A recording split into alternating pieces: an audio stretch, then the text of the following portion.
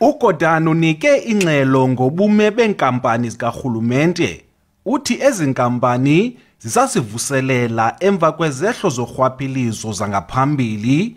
uGordhan uphinde wagxila nakwingxaki yocimicimi yombane.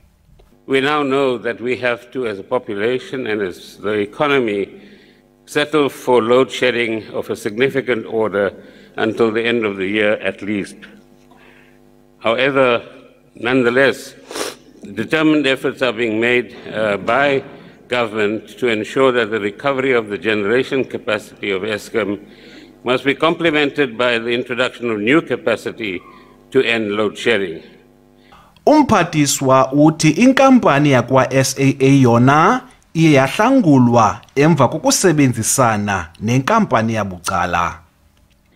SAA has been saved, it has been restructured, hundreds of people have retained their jobs, and as we sit today, as of the end of March 2023, SAA operates 12 destinations, 10 of which are regional and 2 are domestic. uGordhan uthi urhulumente uceba ukusungula enye inkampani eza kulawula zonke inkampani zikarhulumente. Having undertaken a financial analysis of over 30 other SOEs, it has made proposals which need further business analysis through experts to determine which of these should be merged and which should be considered for closing down.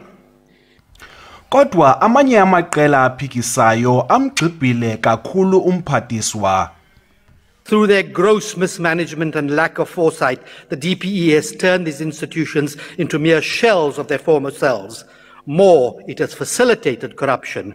We have gone astray. Instead of creating jobs, you are laying off employees. Instead of industrialization, you are privatizing. This is your legacy. You will be remembered as the Minister of Load Shedding. This department is truly becoming an utter mess, a joke, a disaster, and a total waste of public fund.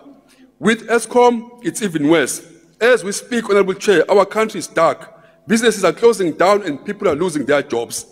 uGordhan uthi urhulumente ophetheyo uzimisele ukuqinisekisa ukuba inkampani zikarhulumente ziphantsi kolawulo olungenasiphene.